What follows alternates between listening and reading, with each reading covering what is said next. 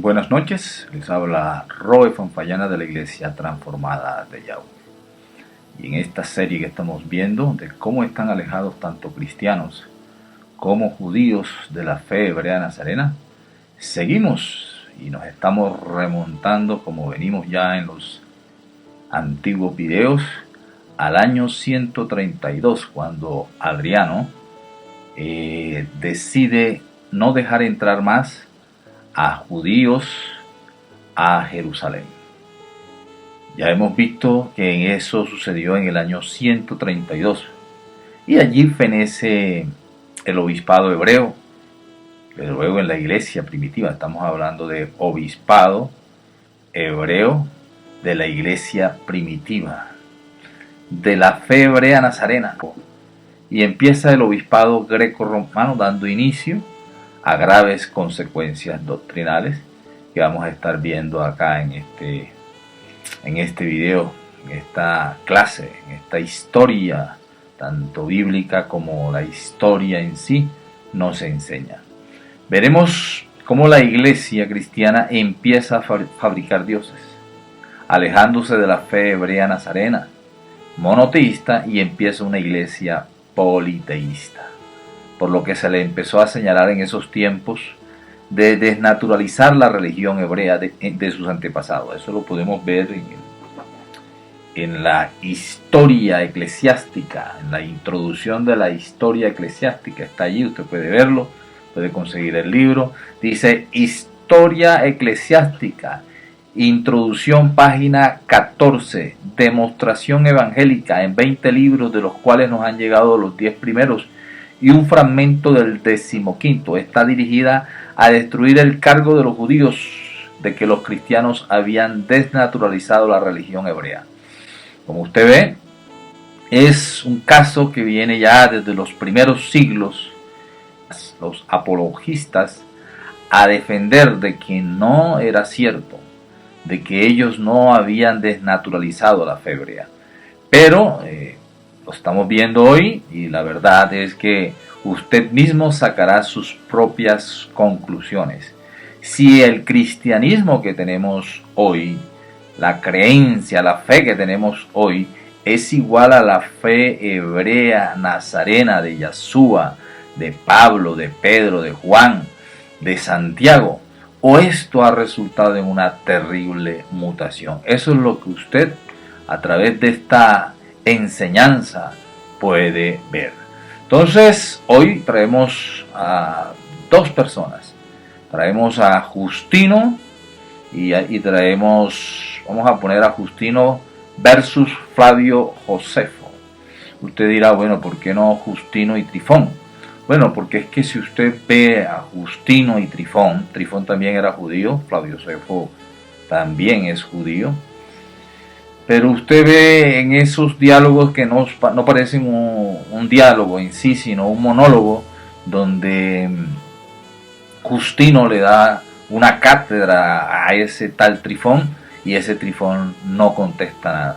Entonces es mejor ponerlo con alguien contemporáneo de aquellos tiempos, llamado Flavio Josefo, nada más que Flavio Josefo.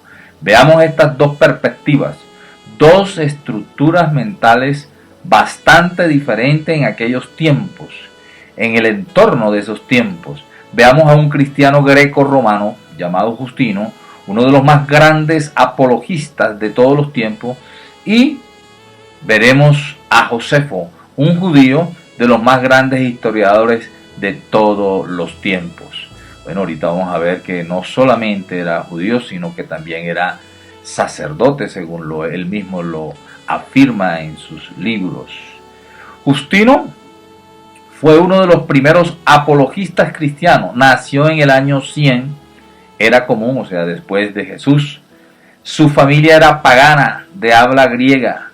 estudió filosofía con diferentes maestros, fundó el Didascaleo Romano, una escuela de filosofía cristiana. Entonces ya estamos viendo este personaje, Justino Mártir, este hombre que se convierte, un hombre pues que venía de las escuelas platónicas, de las escuelas pitagóricas, pero recibe el mensaje del Mesías Redentor y se convierte. Pero también vamos a ver esa perspectiva, la perspectiva de él, por ejemplo, la perspectiva que tiene él de la ley. Entiéndase una situación, el contexto. Adriano no quiere nada con los judíos, se está persiguiendo a los judíos, y cualquier cosa que nos identificara en esos tiempos con los judíos sería gravísimo, sería para morir.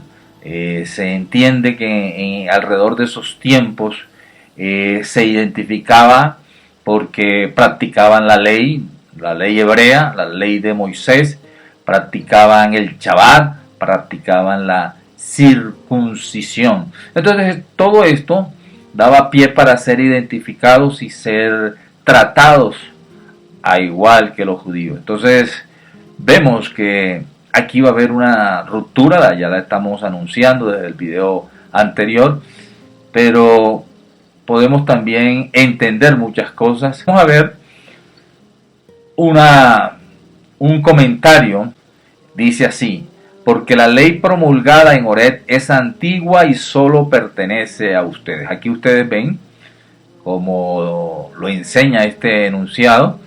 Él se está desmarcando, y desde luego todos los que siguen esta línea se van desmarcando de la ley. Dicen, es antigua y solo le pertenece a ustedes, pero esta nueva ley es para todos universalmente. Ahora la ley ubicada contra la ley ha abrogado. O sea, la ley que ellos dicen, él dice que hay una nueva ley que abroga la antigua ley. Eso es lo que afirma Justino. Aquella que es anterior, y un pacto que viene después, de cierta manera, ha puesto fin al anterior, y una eterna y final, llamada de Cristo. Así ha sido dada a nosotros, y el pacto es confiable, después del cual no ha de haber más ley, ni mandamiento, ni ninguna ordenanza. Ibid capítulo 11. La pregunta es, pues, ¿leyeron ellos a Pablo? ¿Qué interpretaron cuando leían a Pablo? ¿Pablo a qué ley se refería que estaba abrogada? ¿La ley de sacrificios por los pecados? ¿La ley de la circuncisión? ¿Cuál ley? O sea, generalizaron. Bueno, en este canal tenemos videos en cuanto a la parte de la ley, si la ley fue abrogada o no abrogada. Pero tenemos que ir ya mirando todo esto. Ya vemos que esta perspectiva grecorromana se aparta totalmente de la ley. Usted puede ver en aquellos tiempos a Marcio Ponto. Es un hombre que también se aparta, prácticamente desconoce el Antiguo Testamento, acepta algunas epístolas de Pablo y uno que otro evangelio, pero él se aparta totalmente de la fe hebrea nazarena. Seguimos viendo a Justino. Justino, en los diálogos de Justino y Trifón, en la versión revisada y confrontada con el texto griego editado por Philip Bobichon. Vamos a ver qué dice Justino en esos diálogos. Como lo dije al principio, no me parecen unos diálogos porque no le dan ningún espacio a Trifón, que prácticamente Trifón se queda callado allí, y este Justino le da una cátedra aparentemente. Pero vamos a ver lo que nos interesa a nosotros es ver cuál es la perspectiva de ese hombre, de esos tiempos, porque Justino nace en el año 100. Estas afirmaciones, estas aseveraciones, estos diálogos se dieron por allá por el año 137, o sea, 5 años después de que Adriano no deja entrar más a los judíos a Jerusalén y por lo tanto se acaba también el obispado hebreo en la iglesia primitiva. Entonces, ¿qué dice Justino? Dice, en conclusión, como la circuncisión empezó en Abraham y el sábado, sacrificios, ofrendas y fiestas en Moisés, y ya quedó demostrado que todo eso se les mandó por la dureza de su corazón, de su pueblo. Entonces, note allí un desmarque total de la ley de los mandamientos de Yahweh por parte de Justino, y él dice que eso es como una especie de castigo que se le dio a los judíos. Bueno, más adelante estaremos viendo esto, pero vemos que podemos ir adelantando y decir que realmente estaba totalmente errado Justino al afirmar tal aseveración.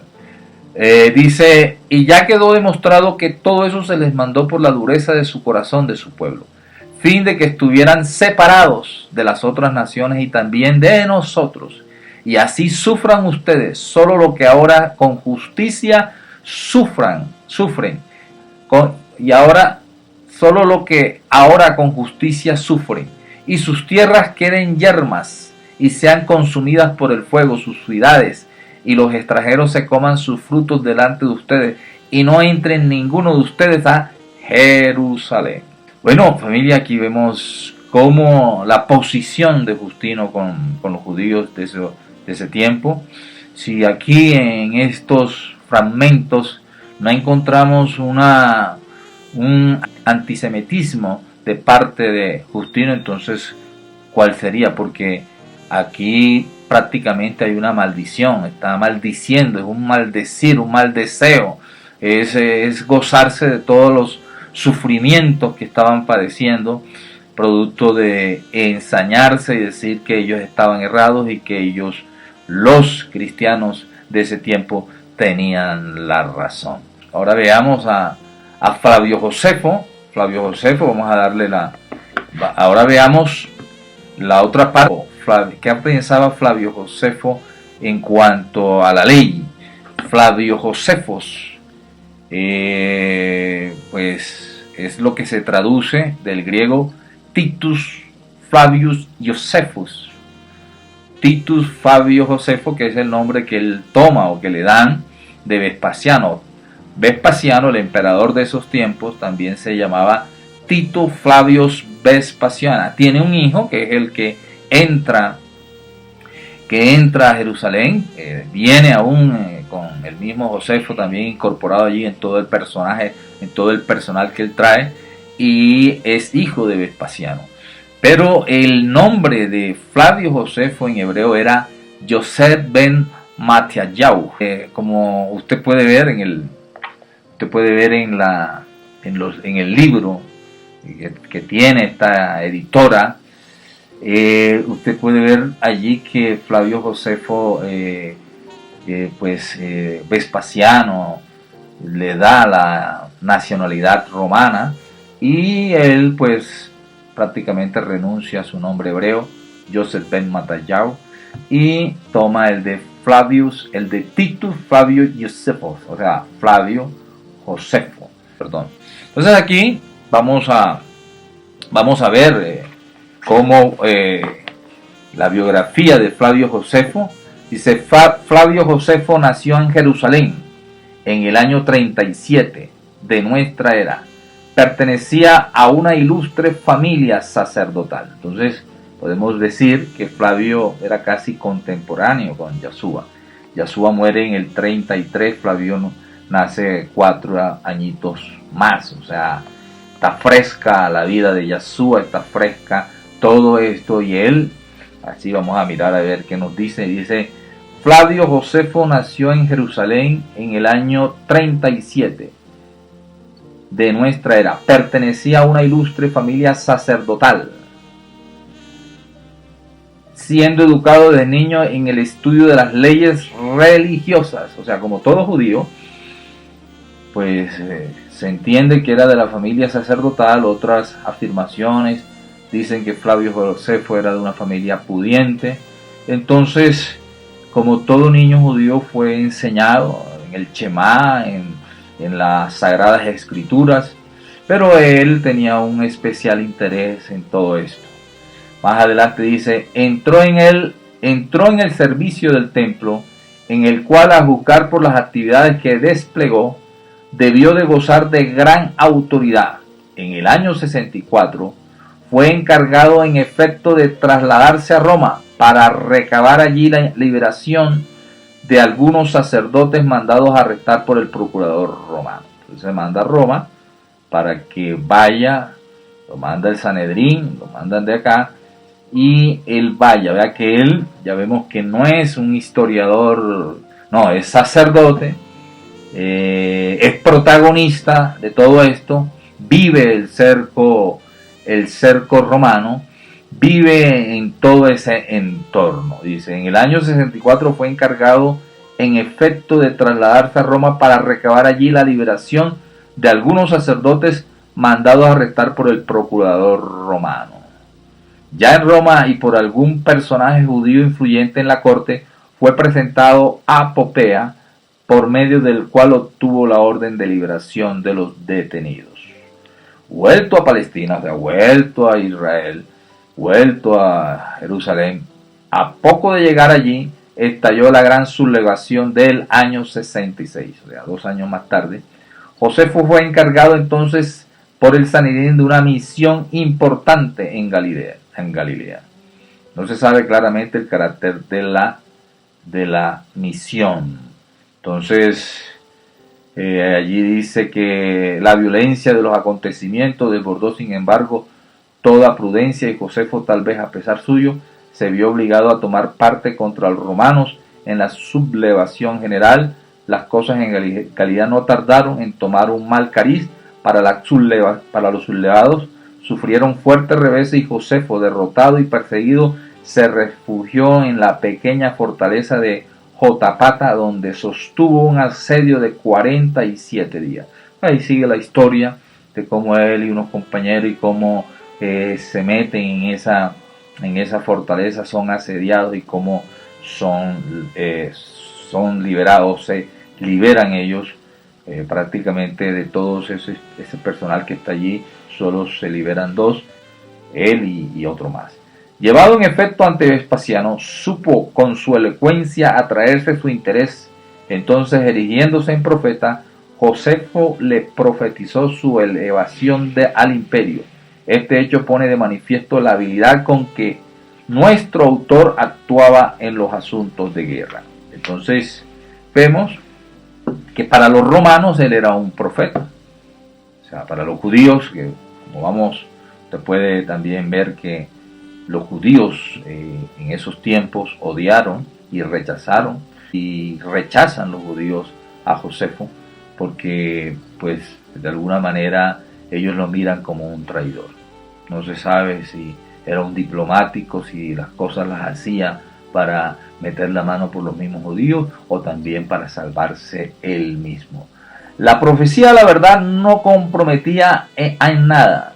Si Vespasiano no llegaba al imperio, era lo más probable que no se acordara de él, ni de sus predicciones. Todo hacía pensar, sin embargo, que las cosas se irían encauzando en el sentido de la profecía, como así sucedió. 2 años después, Vespasiano era proclamado emperador, ya sea por sí mismo, ya por alguien interesado en la libertad del historiador.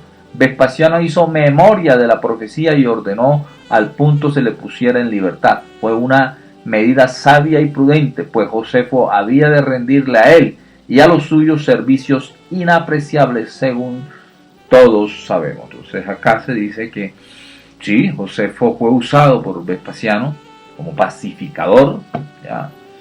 Y que de alguna manera benefició a los judíos. Dice, Josefo acompañó a Vespasiano a Alejandría, regresó a Palestina en seguimiento de Tito, asistiendo con este a la toma y destrucción de Jerusalén. Sus esfuerzos fueron para convencer a sus funcionarios de que no opusieran resistencia, los cuales resultaron vanos. Y Jerusalén sufrió la suerte espantosa que nos relata él en su libro. Entonces vemos que él fue usado, y usted lo puede ver en estos libros. En todos estos libros se afirma de que él, como nos saca la historia, él le habló en lengua hebrea, en la lengua de su tierra. Él decía que la lengua hebrea era su lengua, que era el Sanedrín. No auspiciaban que se hablase en griego. Eso lo afirma él y dice en todos estos libros, difícilmente se conocían algunas frases que eran para hacer el comercio. Listo. Después de la guerra, Josefo volvió a Roma con Tito, adquirió la ciudadanía romana y estableciendo definitivamente en la capital del imperio. A partir de entonces se dedicó casi exclusivamente a sus actividades de historiador.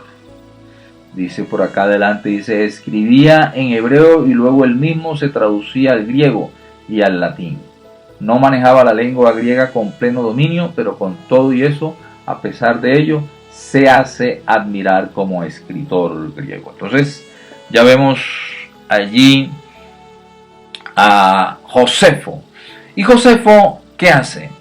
Josefo en esos libros, en los 20 libros de antigüedades judías, trae a referencia la historia de Eleazaro, un anciano de 90 años en la toma de Antíoco Epifanes del templo, en donde Antíoco Epifanes empieza a profanar el templo, a hacer sacrificios no con cordero, sino con cerdos, y fuera de que hacía sacrificios con cerdo, levantaba imágenes para que las adoraran, y ese sacrificio obligaba a los judíos a comerse ese cerdo. Escogió un anciano, Eleazaro, de 90 años, para que se pusiera delante de él, pero que comiese el cerdo. Él coge te puede ver eso en las antigüedades de los judíos, él toma a Eleazaro y trata de persuadirlo para que este señor coma de los cerdos. Pero lo que queremos ver aquí es la perspectiva de Flavio Josefo, con cómo resalta la vida de Eleazaro. Como usted ve, aquí no va a encontrar la J. Esto es una traducción hecha al español, al castellano, pero al castellano del año 1500. O sea, es contemporánea con la Biblia del Oso. Usted ve, por eso son cosas que la misma historia, los mismos registros desmienten los engaños y las mentiras en que hemos caído. Por ejemplo, nunca empezó con Jehová, no, se trajo Jehová. Nunca empezó con Jesús, se trajo Jesús, porque no estaba en el español, en el castellano, la J. Entonces, desde allí podemos ver muchas cosas, pero no es el tema. Pero lo que le estoy mostrando es que de pronto usted no pueda de pronto decir, no, eso está errado. No, es que allí dice así. Dice, nosotros, ahí usted ve una S un poco como una T o una J invertida. Nosotros, Antíoco se dirige Eleazaro, se dirige a Antíocos. Dice, delante de todo el pueblo estaba allí, dice, nosotros, Antíoco, no seguimos con cejas ante la religión que tenemos. Es verdad guardada siempre por nuestros mayores, y no nos podemos mudar de nuestro parecer, ni ser forzados a creer en otra por temor a la pena. Y más aún, aunque la costumbre que nos dejaron nuestros padres no estuviera confirmada con tantos y iluminares fundamentos, nunca por ello cayera ni me vencieras fácilmente para apartarme de ella. Y no pienses que va a poco comer la vianda defendida en vuestra ley y gustar de tus sacrificios, porque no sea parte de la profanación de que no sea profanada nuestra ley. O sea, vemos la defensa en estos pasajes. Es difícil llevar la lectura, pero allí vemos en ese libro cuál era la posición de Flavio. Flavio Josefo era judío y exaltaba en ese momento, hombre de 90 años, tiene la valentía de enfrentarse a Antíoco y decirle: yo no voy a comer porque yo no voy a violar la ley de mi Elohim. Más adelante pues dice allí también: bien puedes tú con tu mano pertinaz sacarme la lumbre de mis ojos y con un cuchillo agudo despedazarme mis entrañas, mas nunca oirás victoria de mí. O sea, más adelante también dice: apareja el fuego mayor y más encendido de lo que pudieras pensar, y todo lo que más se te pareciere, que todo eso para mí de menos valor que mi ley, más seguro me verás en los tormentos. O sea, le estaba diciendo prácticamente: puedes hacerme lo que sea. Y en este libro, como en este libro, y la historia que nos plantea es dolorosa, porque prácticamente este hombre es, así como lo dice él, está sajeado con cuchillos y quemado, pero este hombre sufre todo eso por amor a la ley de Yahweh. Entonces, lo que hemos querido mostrar es cómo una mente hebrea ama la ley de Yahweh y es capaz de entregar su vida, pero no infringirla. El verdadero creyente, el que practica la verdadera fe hebrea, lucha, defiende, ama la ley. Vamos a ver la perspectiva bíblica, vamos a ver a hombres como David, a ver si pensaban de igual manera que Justino Mártir. Dice así en el Salmo 112:1: aleluya, bienaventurado el hombre que teme a Yahweh y en sus mandamientos se deleita en gran manera. Justino decía que era un castigo y David decía que era un deleite. Qué cosa tan rara, cómo cambiaron. Vamos a ver qué decía Pablo en esos tiempos, en el primer siglo, casi contemporáneo con Flavio Josefo y con el mismo Justino Mártir, que nace en el 100.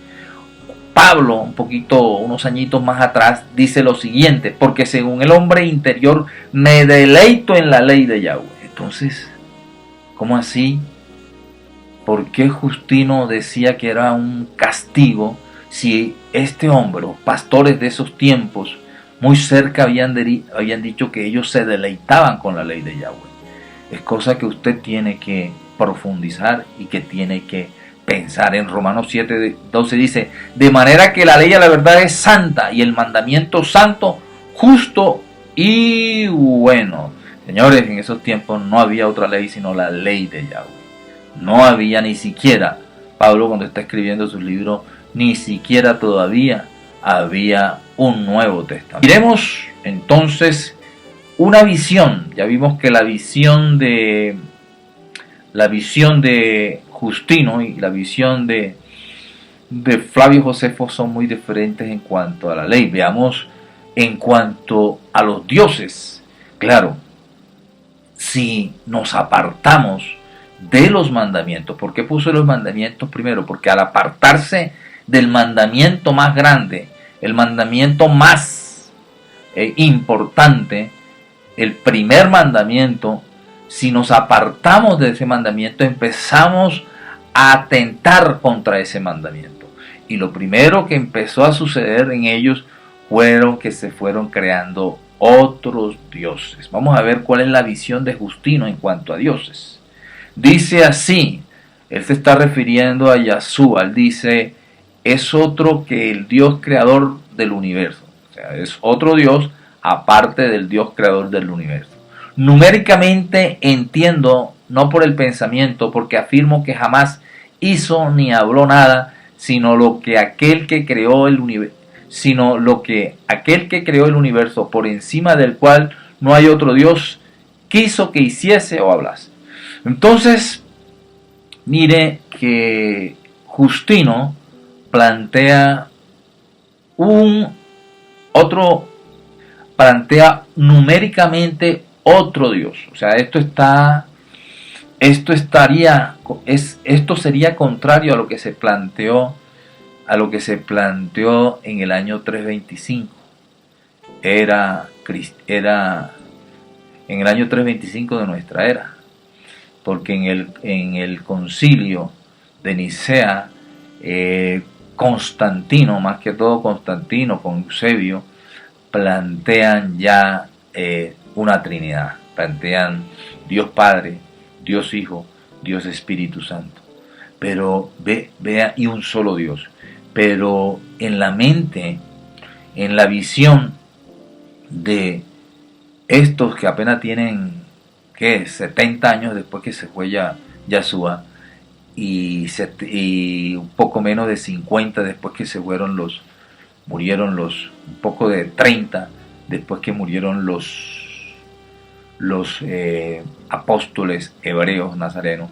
Entonces ya estos empiezan a hablar de otros dioses, pero no tienen la concepción trinitaria. O sea, no tienen la concepción trinitaria. Es muy diferente. O sea, si Justino se hubiese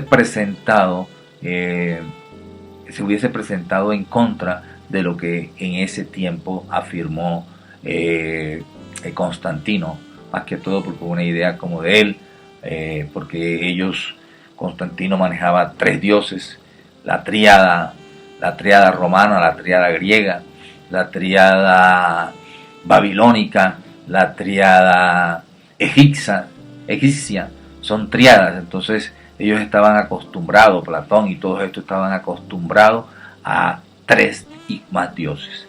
Entonces vemos cómo evoluciona, vemos cómo van fabricando esos dioses paulatinamente. Decía el mismo Justino, el verbo profético señala que numéricamente son 2. Uno se encuentra sobre la tierra, el que dice haber descendido a ella para ver el clamor de Sodoma. Otro permanece en el cielo como Padre y Dios, que es asimismo el Señor del Señor, que se encuentra en la tierra y causa para él del ser poderoso Señor y Dios. Entonces, mientras ya en el concilio de Nicea se habla de igualdad, de Dios, de como que el Padre y el Hijo y el Espíritu Santo son coiguales, esa visión no la tenía todavía el amigo Justino Mártir. Él tenía otra visión. Él decía que este otro Dios, era un Dios subordinado, era un Dios Hijo subordinado a un Dios Padre. Bueno, ahí podemos ver muchas cosas, cómo se diferencian, cómo ellos van fabricando estos dioses.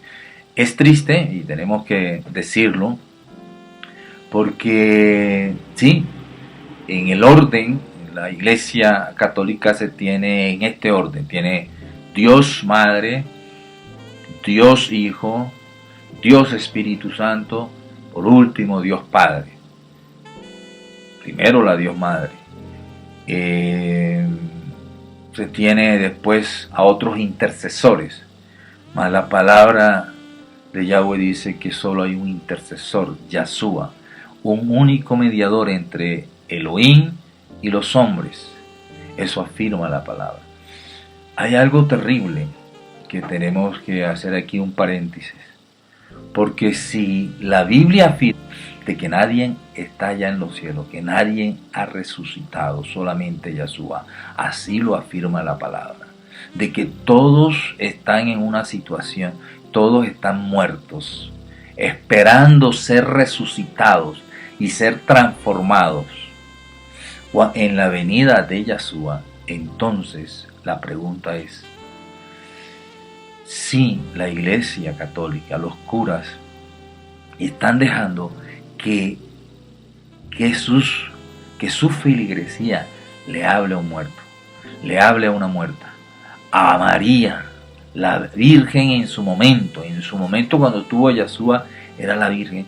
Entonces ellos están permitiendo algo que está violentando los mandamientos de Yahweh, que es: no consultarás, no te tratarás de comunicar con muertos, porque los muertos son. Entonces sería eso un ejercicio de pecado, sería una práctica de pecado. Y es muy doloroso que nuestros familiares, esas personitas que de alguna manera han creído, asisten a una iglesia, van a la iglesia, pero ellos siguen hablando con muertos, se siguen dirigiendo a muertos, porque la palabra solo plantea que hay un mediador entre Elohim y los hombres. Entonces esto es triste, y también ver que se han creado otros dioses. Sigue diciendo Justino: entienden oyentes, bueno, los oyentes, porque se supone que Trifón en ese diálogo iba con iba con otras personas que le acompañaban. Dice: entienden oyentes, si es que han prestado atención, el verbo muestra así que este retoño fue engendrado por el Padre, absolutamente de todas las criaturas. Ahora bien, todo el mundo convendrá en que lo engendrado es numéricamente distinto del que lo engendra. Entonces, esta era la visión de Justino de otro Dios, pero vemos que es un Dios diferente. Aquí estarían estrellándose tanto trinitarios como unicistas. O sea, es triste ver como mucho pueblo que sale de la Trinidad